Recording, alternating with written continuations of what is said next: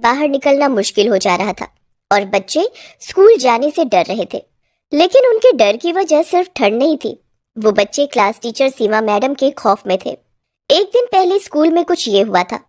सभी ने होमवर्क किया कि नहीं? हाँ मैडम, किया है। ठीक है, मैं एक एक करके चेक करूंगी और गलती होने पर मैं सजा दूंगी। ये सीमा मैडम की दूसरी क्लास थी। सीमा मैडम ने एक दिन पहले ही स्कूल में नया नया ज्वाइन किया था। सभी बच्चों ने सोचा था कि सीमा मैडम बाकी टीचरों की तरह अच्छी ही होगी। लेकिन सीमा मैडम ने जब होमवर्क चेक करना शुरू किया तब सभी को उनकी असलियत के बारे में पता चला। राजू, मोती, चुटकी और मीना, तुम लोगों को सजा मिलेगी। लेकिन क्यों मैडम? क्योंकि होमवर्क में गलती है। तुम चारों यहाँ लाइन लगाकर खड़े हो जाओ। चारों लाइन में खड़े हो गए। उन्होंने सोचा कि सीमा मैडम ज्यादा से ज्यादा मुर्गा बनाएंगी या तो 2 थप्पड़ मारेंगी। लेकिन सीमा मैडम के दिमाग में तो कुछ और चल रहा था। बाहर बर्फ गिर रही थी। सीमा मैडम बाहर से बर्फ लाई और चारों के स्वेटर के अंदर घुसा दिया। इतनी कपकपाती ठंड में स्वेटर के अंदर बर्फ जाने से चारों के चारों जोर जोर से चिल्लाने लगे। बहुत ठंडा है। मैडम, मैडम बर्फ निकाल लीजिए मैडम, हमसे और गलती नहीं होगी। लेकिन सीमा मैडम ने हंसते हुए कहा, बर्फ तो मैं नहीं निकालूंगी और कोई नहीं निकालेगा। ये सजा याद रहनी चाहिए, तब जाकर तुम लोग सुधरोगे। और हाँ, ये बात अगर घर पर किसी को बताई तो और ज्यादा सजा मिलेगी। सारे बच्चे बहुत डर गए। राजू, चुटकी, मोती और मीना चारों ठंड से कांपते हुए अपनी अपनी जगह पर बैठ गए। क्लास खत्म होने के बाद सीमा मैडम बाहर चली गई। तब बाकी बच्चों ने चारों के स्वेटर से बर्फ निकाल दिया। उनको थोड़ी सी राहत मिली। लेकिन तभी सीमा मैडम वापस आ गई। किसने निकाला बर्फ? किसने किया? किसी ने उत्तर नहीं दिया। मेरे मना करने के बावजूद तुम लोगों ने स्वेटर से बर्फ निकाला। तुम सब सजा के ही लायक हो, सबको सजा मिलेगी। ये बोलकर सीमा मैडम ने सभी के स्वेटर में बर्फ घुसा दिया और शाम तक घर लौटते लौटते सभी को जुकाम हो गया। राजू की माँ सुनीता कहने लगी, क्या हो गया बेटा? सुबह तक तो तू ठीक था, अचानक से जुकाम कैसे हो गया तुझे? राजू सब कुछ सच सच बताने जा ही रहा था, लेकिन तभी उसे सीमा मैडम की बात याद आ गई। और हाँ, ये बात अगर घर पर किसी को बताई तो और ज्यादा सजा मिलेगी। ये सोचकर राजू डर गया और उसने अपनी माँ से कहा, माँ, वो बाहर बहुत ठंड है ना, ऊपर से बर्फबारी भी हो रही है, इसीलिए ठंड लग गई है। मैं कल स्कूल नहीं जाऊंगा। नहीं जाएगा? लेकिन क्यों बेटा? थोड़ा सा जुकाम ही तो है। नहीं माँ, जुकाम ठीक होने के बाद ही स्कूल जाऊंगा। नहीं बेटा, एग्जाम सर पर है, अभी स्कूल जाना ही होगा। सुनीता ने राजू की बात नहीं मानी। उसने सोचा कि राजू छोटा है इसीलिए बहाना बना रहा है। अगले दिन राजू स्कूल गया। बाकी बच्चे भी स्कूल आ गए। वो सभी सीमा मैडम के खौफ में थे। आज भी सीमा मैडम आएंगी और हमसे कुछ ना कुछ करवाएंगी। मुझे तो बहुत डर लग रहा है, पता नहीं आज क्या होगा। कुछ देर बाद सीमा मैडम क्लास के अंदर आई और कहा, बच्चों, आज पढ़ाने का मूड नहीं है, आज मैं आराम करूंगी। राजू, चुटकी यहाँ आओ और मेरे पैर दबा दो। सीमा मैडम कुर्सी पर बैठ गई। राजू और चुटकी पैर दबाने लग गए। अरे अच्छे से दबाओ, ताकत नहीं है क्या? मैडम, मुझे जोर की भूख लगी है। तुम लोग टिफिन लाए हो ना? हाँ मैडम, लाए हैं। हाँ तो एक एक करके मेरे सामने टिफिन ले आओ। जिसका खाना मुझे अच्छा नहीं लगेगा उसे सजा मिलेगी। ये सुनकर डर के मारे सभी बच्चों के हाथ पैर ठंडे पड़ गए। बच्चों ने अपना अपना टिफिन लेकर लाइन बना लिया। लाइन में सबसे आगे टीना थी। उसने सीमा मैडम को टिफिन खोल कर दिया। उसमें पूरी सब्जी और गाजर का हलवा था। अरे वाह, पूरी सब्जी और गाजर का हलवा, बहुत बढ़िया, खा के देखती हूँ। सीमा मैडम ने पूरी सब्जी और गाजर का हलवा खाया और फिर उंगलियां चाटने लग गई। बहुत स्वादिष्ट था खाना। टीना, तुम बैठ सकती हो। उफ, आज तो बाल बाल बच गई। उसके बाद मीना टिफिन लेकर आई। उसकी माँ ने पोहा बनाकर दिया था। टिफिन खोलते ही सीमा मैडम ने मुंह बना लिया। अरे छी छी छी, सारा मूड खराब कर दिया। पोहा कौन खाता है यार? पोहा क्यों लाई है? मीना डर डर कर बोलने लगी।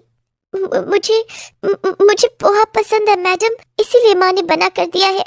पोहा कितना सूखा होता है, पोहा नदी में फेंक दो तो नदी का पानी ही सूख जाएगा। मीना मन ही मन सोचने लगी, हाय आज तो मर गई, मैडम को पोहा पसंद नहीं है। मीना, तूने मेरा मूड खराब किया है, मैं तुझे सजा दूंगी। मीना ने तुरंत रोते हुए सीमा मैडम के पैर पकड़ लिए। मुझे माफ कर दीजिए मैडम, मुझसे गलती हो गई, कल से मैं पूरी हलवा हिलाऊंगी।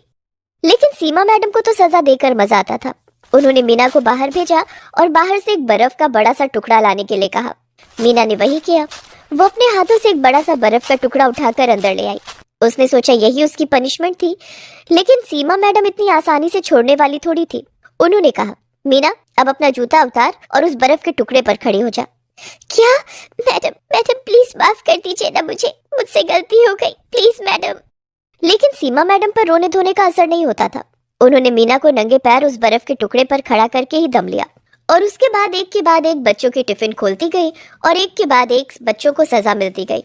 अंत में सीमा मैडम ने चुटकी और राजू का खाना भी खाया, लेकिन खाना पसंद न आने पर उन्होंने उन दोनों को भी बर्फ के टुकड़े पर नंगे पैर खड़ा कर दिया और फिर डंडे से सभी को मारने लगी।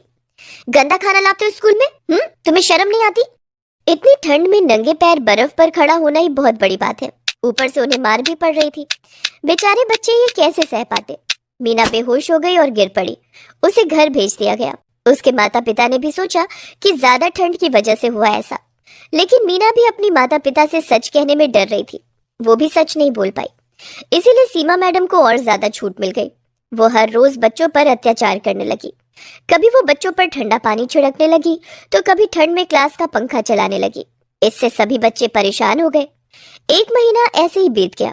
स्कूल प्रिंसिपल को कुछ भी पता नहीं चला और एक महीने से ये सब सहते सहते बच्चे परेशान हो गए। हमें कुछ करना होगा, ये सब कब तक चलता रहेगा? लेकिन हम क्या करेंगे राजू, मैडम बहुत शातिर है, हम बाहर कुछ भी बोलेंगे तो कौन हम पर यकीन करेगा। हाँ, मम्मी पापा सोचेंगे कि हम स्कूल न जाने का बहाना बना रहे हैं। हाँ, ये सही कहा, हमें दिमाग लगाना होगा। राजू घर चला गया और उसी दिन विदेश से उसके चाचा लौट आए। उन्होंने राजू को एक पेन दिया। ये क्या चाचा, आप विदेश से मेरे लिए केवल एक पेन लाए हो? ये ऐसा वैसा पेन नहीं है राजू बेटा, ये देख, इसमें कैमरा है, लिखने के साथ साथ सब कुछ इसमें रिकॉर्ड भी होगा।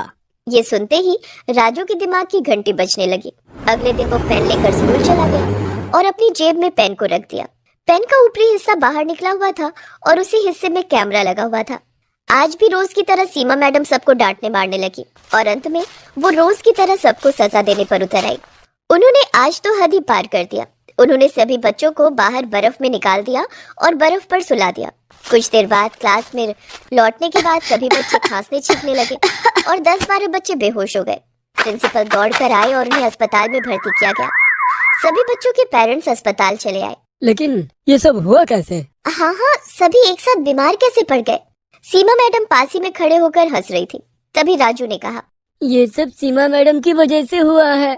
क्या, मेरी वजह से? क्या बोल रहे हो तुम राजू? मैं तुम लोगों से कितना प्यार करती हूँ। झूठ, सब कुछ झूठ। ये देखिए। राजू ने पेन निकाला और उसे फोन से कनेक्ट करके सभी को सब कुछ दिखाया। सीमा मैडम की हालत खराब हो गई। इतनी ठंड में भी वो पसीने पसीने होने लगी और पेरेंट्स सीमा मैडम पर बहुत गुस्सा हो गए। उन्हें उल्टा सीधा कहने के बाद पुलिस को बुलाया गया और उन्हें जेल में भेज दिया गया। डॉक्टर ने सीमा का चेकअप करने के बाद कहा कि उन्हें एक मेंटल डिसऑर्डर है। बच्चों पर टॉर्चर करके उन्हें सुकून मिलता है। कोर्ट ने उन्हें 20 साल की सजा दी और ये भी घोषित कर दिया कि 20 साल बाद भी उन्हें कभी भी कोई भी स्कूल नौकरी नहीं दे सकता। ऐसे ही राजू की होशियारी से बहुत सारे बच्चों की जान बच गई और सीमा जेल में सड़ने लगी। अदिति 9वीं क्लास में पढ़ती थी। वो काफी मोटी थी। उसे मूली के पराठे बहुत पसंद थे।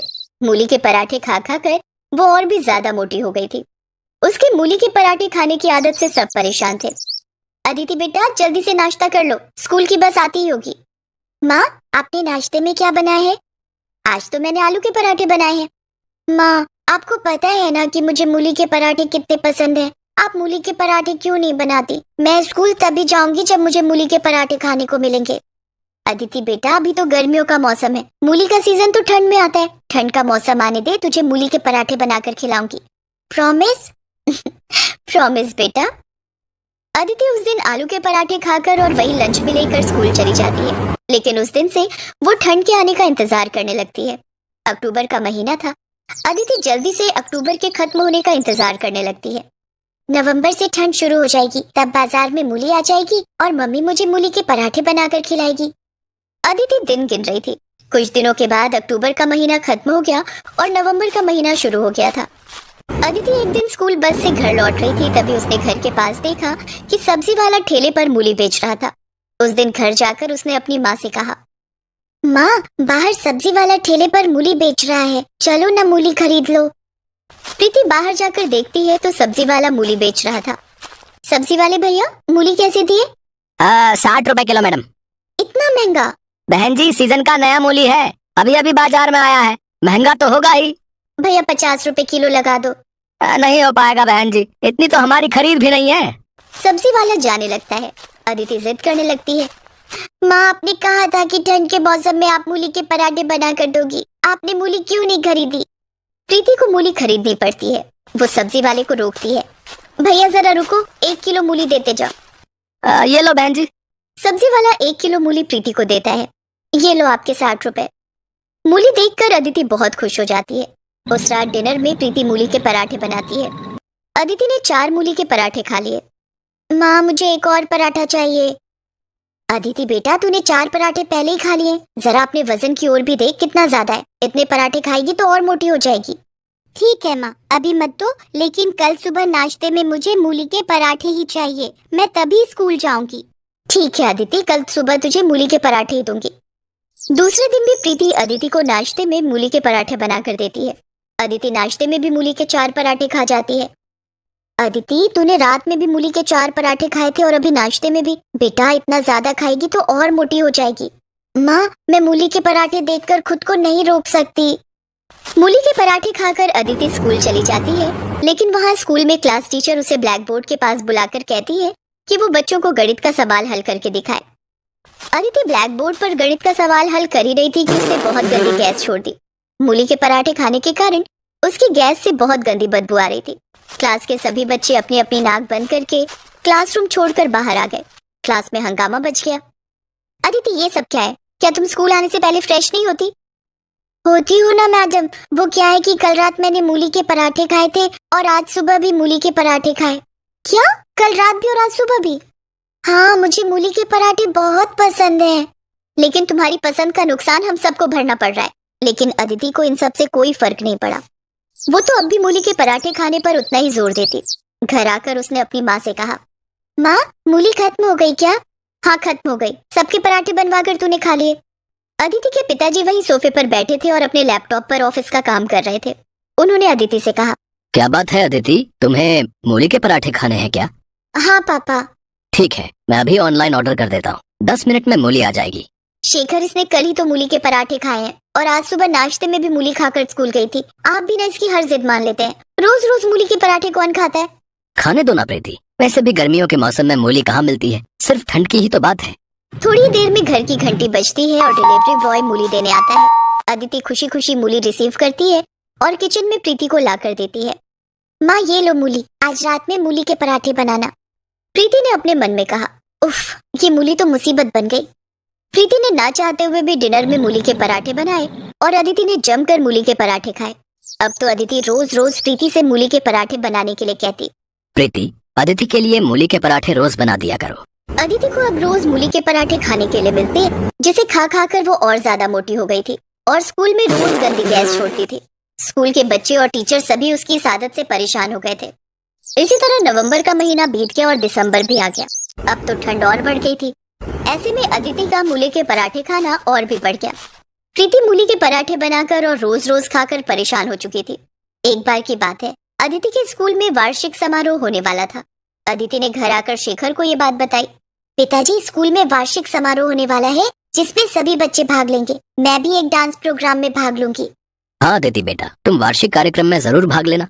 रोज डांस की प्रैक्टिस करोगी तो शायद तुम्हारा मोटापा भी थोड़ा कम हो जाएगा। लेकिन शेखर ने जैसा सोचा था वैसा नहीं हुआ। अदिति ने वार्षिक कार्यक्रम में भाग तो ले लिया, लेकिन डांस की प्रैक्टिस करने के बाद उसे और ज्यादा भूख लग जाती और वो पहले से भी ज्यादा खाना खाने लगी। अब वो पहले से ज्यादा मूली के पराठे खाती। ओहो मैं तो मूली खरीद खरीद कर थक गई हूँ, कहीं देश में मूली का अकाल ना पड़ जाए। ऐसा बड़बड़ाते हुए प्रीति सब्जी वाले को रोकती है। सब्जी वाले भैया रुकना जरा। बोलिए बहन जी, क्या दूं? मेथी का साग, बथुआ का साग, ताजे ताजे बैंगन या गाजर? अरे ये सब छोड़ो, मुझे 1 किलो मूली दे दो। रोज रोज मूली के पराठे खाती हो बहन जी, कभी कोई और सब्जी भी खाकर देखो। ठंड का मौसम है, इतनी सारी हरी पत्तेदार सब्जियां हैं, सब अभी खेत से तोड़ कर लाया हूँ। प्रीति ठंडी सांस भरते हुए कहती है, हमारे घर में तो सिर्फ मूली के पराठे ही खाए जाते हैं, आप मुझे मूली ही दे दो। फिर 1 किलो मूली में क्या होगा, आप 2 किलो मूली ले लो, क्योंकि कल मैं सब्जी लेकर नहीं आऊंगा। सब्जी वाला प्रीति को 2 किलो मूली दे देता है। प्रीति मूली के पराठे बनाती है। इधर अदिति का वार्षिक कार्यक्रम नजदीक आ गया था। माँ कल हमारे स्कूल में वार्षिक कार्यक्रम है, आपको और पापा को स्कूल आना है। ये रहा पास, ठीक 11 बजे आप दोनों स्कूल आ जाना। ठीक है अदिति बेटा, मैं और तेरे पापा स्कूल आ जाएंगे। माँ कल नाश्ते में मूली के पराठे बना देना और मुझे लंच में भी 4 मूली के पराठे दे देना। ठीक है। दूसरे दिन अदिति नाश्ते में 4 मूली के पराठे खा लेती है और लंच में भी 4 मूली के पराठे लेकर जाती है। 11 बजने से पहले। कार्यक्रम खत्म होने में पता नहीं कितना वक्त लग जाएगा, मैं लंच अभी ही कर लेती हूँ। और अदिति ने लंच में मिले मूली के पराठे खा लिए।